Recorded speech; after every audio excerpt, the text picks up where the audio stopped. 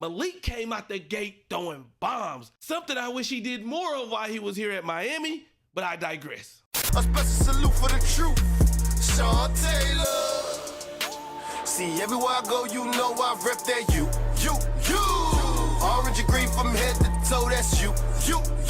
What's up, guys? Welcome to NMD TV Canes all day. If you're rocking with the U, then you know what to do. Hit that like and subscribe button so you never miss out on a video. Big shout out to the Kane Gang, also known as the Patreon squad, for the extra support. If you want that extra content, link in the description.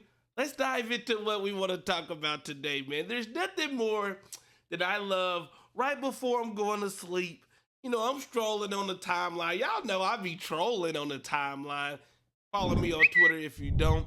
But nothing gets me revved up like a good Twitter beef. Now, I've kind of grown out of the Twitter beef thing because I don't think there's much that can come from having a debate over Twitter because nobody's point gets put across.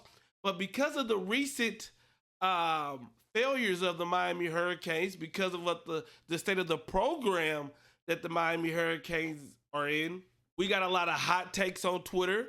We got a lot of rumors on Twitter, and we got players calling out the program. We got the program calling out the players. We got former players calling out fans. It's mayhem on the timeline right now for Miami Hurricanes Twitter.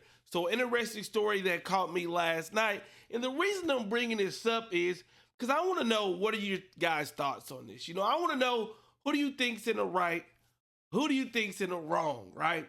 So let's take a look at the thread. It starts off with @JigDaddy tweeting out a picture of Blake James, him and Blake James, and he says, just had a lunch meeting with this MF, and I just had to tell him to get a jump on packing his shit.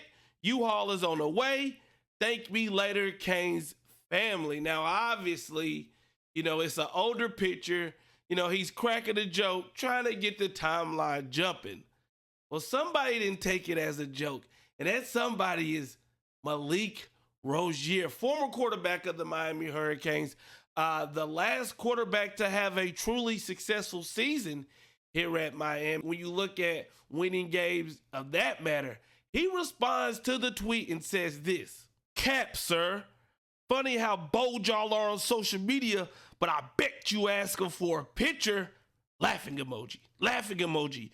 "You a clown, and I'll say it in person, my guy." Now, I read this and was like, damn. Listen, that's not usually something you just tweet at somebody you don't know. I'm wondering if these are homies. Do they know each other or anything like that? That man, Malik, came out the gate throwing bombs. Something I wish he did more of while he was here at Miami, but I digress. JigDaddy then responds, "Your dumbass could even read defenses. Damn sure can't dissect the joke when you see it on social media, and I promise I'd slap the shit out of you if you walked up on me." We getting spicy, ladies and gentlemen. We are getting spicy. Malik then responds and says, clown emoji. "I can't read a defense, but I broke Miami's single touchdown record. What have you done?" "I'll wait." Then JigDaddy finally says, "One good year. Trust me, man, it wasn't program changing, but whatever makes you feel good at night." Now, that whole sequence was just hilarious to me. You know, I'm just reading it, just chuckling. But what side are you guys on, right? Do you think fans should have respect for former players? Do you think they should not tweet at former players? How do you feel? Because Twitter is a big deal nowadays. Twitter has an impact on recruiting. It gets the fans' point across.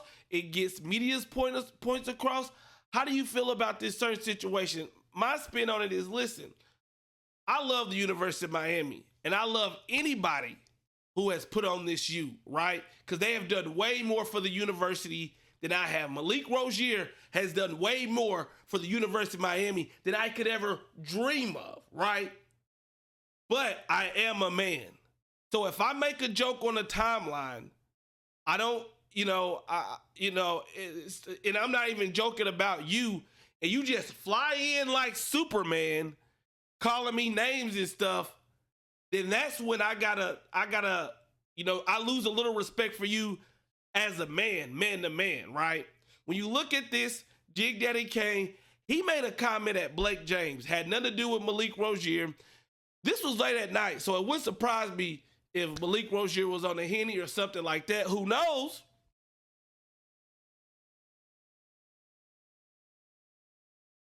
But I think, no matter if you put on this shoe or you not, you got to respect me as a man first. So I'm not just going to let anybody, start just jumping out the window, calling me a clown, and me at least not tweet back at him. So I don't think anything the fan did was wrong there.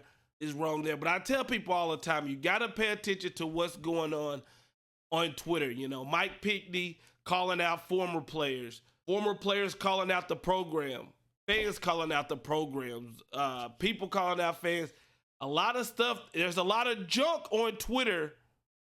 There's a lot of entertainment on Twitter. It's somewhere between the junk. It's somewhere between the entertainment. You may be able to find a couple truths, but I tell you right now, it's looking bad for us, especially after the loss to Virginia. If you haven't seen my reaction to that, you got to check it out. Check out my reaction to us losing to Virginia. That's on the screen. Let me know what you guys think about tweeting former players, man. Is it cool? Not cool? What do you think about Malik Rozier won't smoke on Twitter? I'm out. Peace.